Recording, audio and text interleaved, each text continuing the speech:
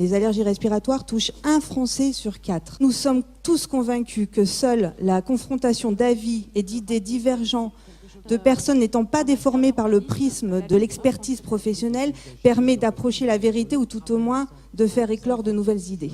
C'est pour ça que nous avons choisi aujourd'hui d'organiser avec l'IFOP cette conférence de citoyens. Il nous semble essentiel que les allergiques prennent la parole. On a besoin que la parole des allergiques s'exprime. Bon, il faut quand même aussi être positif. Les choses bougent. On pourrait aussi envisager des sessions d'information des élèves. Il nous apparaît essentiel que les médias s'attachent à présenter les allergies respiratoires comme un problème sérieux. 6 mois, c'est à peu près 1500 publications sur les allergies.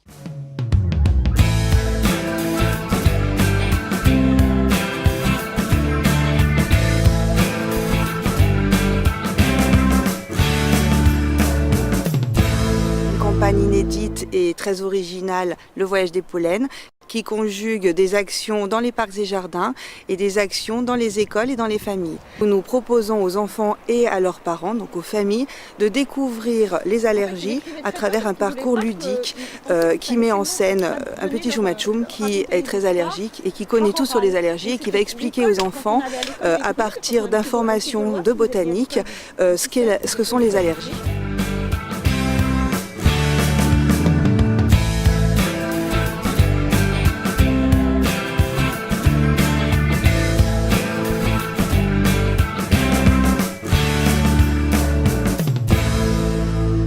Alors, l'objectif finalement de cette réunion, et je pense qu'il a été atteint, était que ces enfants puissent réfléchir à des propositions qui pourraient être faites auprès du conseil municipal de Montpellier afin d'améliorer la vie et le quotidien des allergiques respiratoires. Eh bien, je pense qu'ils ont été tout à fait contributifs dans cette réflexion et que pas mal de leurs propositions pourraient être appliquées sûrement dans l'année à venir. Il faut mettre les animaux dans une autre pièce, mettre moins d'arbres de pollen. Donner des brochures ou quelqu'un vienne pour que les gens soient un peu au courant, pour présenter ça et que même les enfants puissent l'amener chez leurs parents.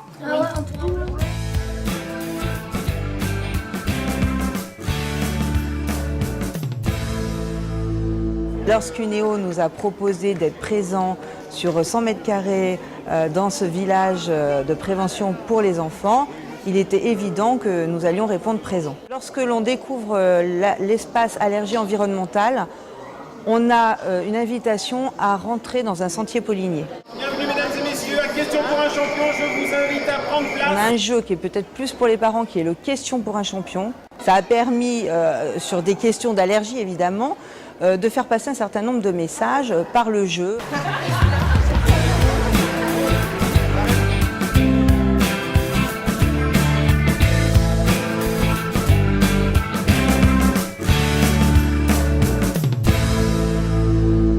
Concernant ces pathologies allergiques, asthmatiques dans le milieu scolaire est fondamentale, car elle va pouvoir d'une part permettre éventuellement de dépister de nouveaux cas, de bien les prendre en charge, d'augmenter l'efficacité de la prise en charge globale grâce aux acteurs de santé qui sont présents dans nos établissements.